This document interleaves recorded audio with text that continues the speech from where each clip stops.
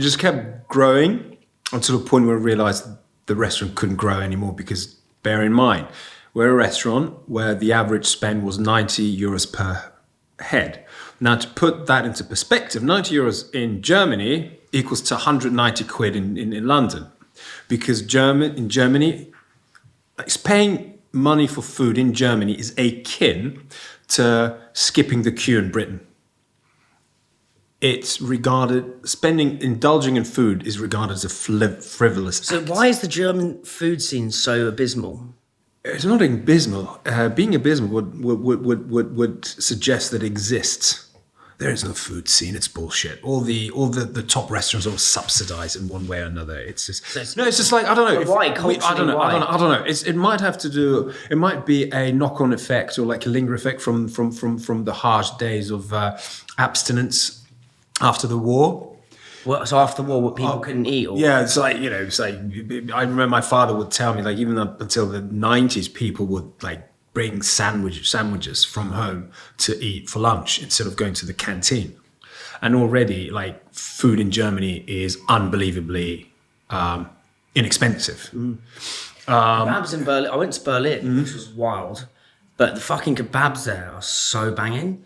Like with the focaccia, like it's the pizza. And then the sauce is like proper spicy sauce. Like I don't want that bullshit like quasi chili sauce. I want the full like slap you around the face chili sauce. They're brilliant. Why are the kebabs so? Well, they're invented in Germany. I mean, doner kebab is not a. It's not. Yeah, but how did that come about then? Because that was. I think it's in the 60s. I have no idea. In the 60s, the Turkish immigrants started offering kebabs on this gyro type, rotating.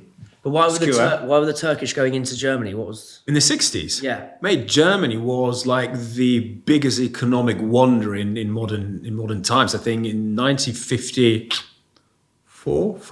the economy grew by 24%. The Wirtschaftswunder. What? So because what? It was ridiculous. There was no workforce in Germany, so they had people. The first wave of guest workers, immigrant workers, came from Turkey. Was it not ravaged after the war though? Like but fucking Germany back in the day is not as complacent as now. They were working. They were putting shit up. My father I remember him telling me, it's like first time he went to Germany was in the late 50s.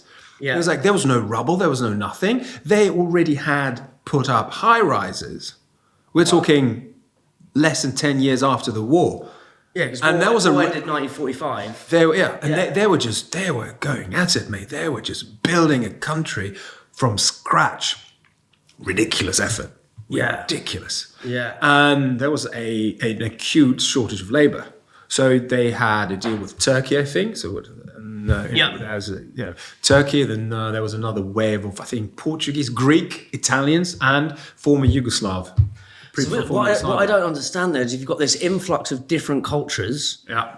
And don't get me wrong, the British food. I can tell you why. It's not. Germany does not have a real city. Yes. Berlin may tick some of those boxes. Hey, Berlin's like you need actually, that's a bit. There you go. It's not like Guildford. That's very wrong. You lack the critical agglomeration, the critical it's just not concentration big. of people. It's spread out. Yeah, it's very. Spread out. Yeah. You need critical mass for a place to become really multicultural in a culinary sense, where cuisines mingle and you need disposable income. And here's the thing. Disposable income is not the same as deliberate spending, discretionary spending. Because, yes, in Germany, ostensibly, people make a lot of money. But don't forget, the highest taxes in the world, in history, are paid by the German.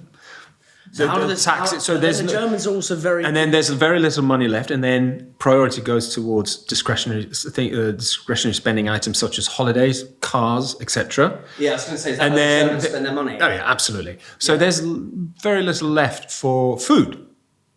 And here's my take, here's my theory. After the war, so I grew up in an immigrant household, right? My father he had his own business. My mom had her own. What were the businesses? So my father was an architect and my mum was a dentist. So they were both self-employed, working all the time. So they brought in my grandma from my mother's side to look after the household.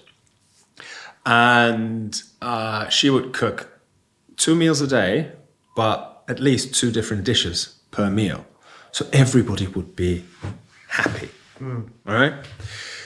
So the food I grew up with was very traditional, homey, comforting, amazing, but home cooked. I've never been to a German household of any of my friends. I grew up in a very German neighborhood. I consider myself mentality-wise more German than Serb or Croatian, whatever. What's the difference between Serb and German mindset? In Serbia, it's like Southern European. It's more Greek, Italian. It's more outgoing, bit more. Well, let's call it creative. Yeah. In the vague approaches of life.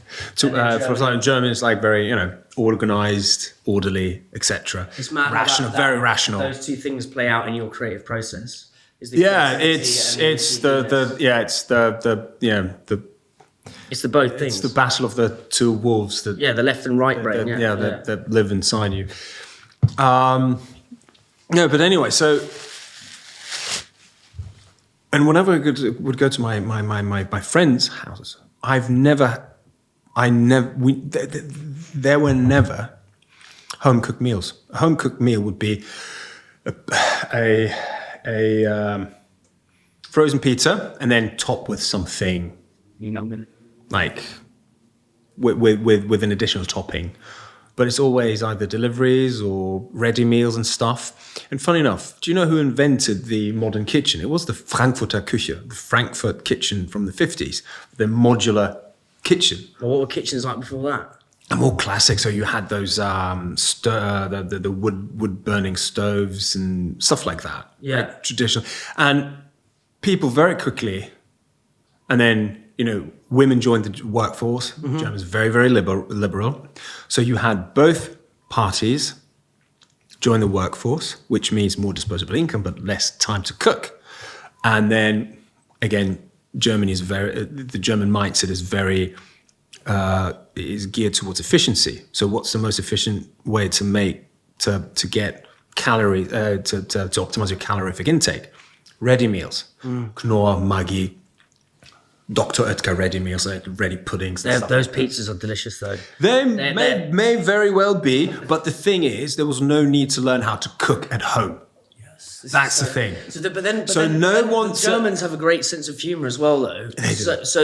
But then I'm just trying to understand, like, if there's no real sort of hospitality restaurant scene, not hospitality, but so would you go to drinking halls? Mm-hmm. Like, where would the sense of humor and there is a hilarity to the German way of being? I really don't know, but it's a good sense of humor, isn't it? Oh, it's hilarious. It's not as like dry as the English, which I must admit I prefer. The English sense of humor, I fucking love it. Yeah. But the German sense of humor is very compatible. Yes, it is. It really is. It really is. Espressos is sponsored by supply chain software gurus Unleashed. It talks to your e-com and accounting software. It's helped islands cut admin time in half, get granular clarity on your margins, know where your stock is, don't miss availability. Brands like Candy Kittens, Tiny Rebel and Trip all use Unleashed, and so should you.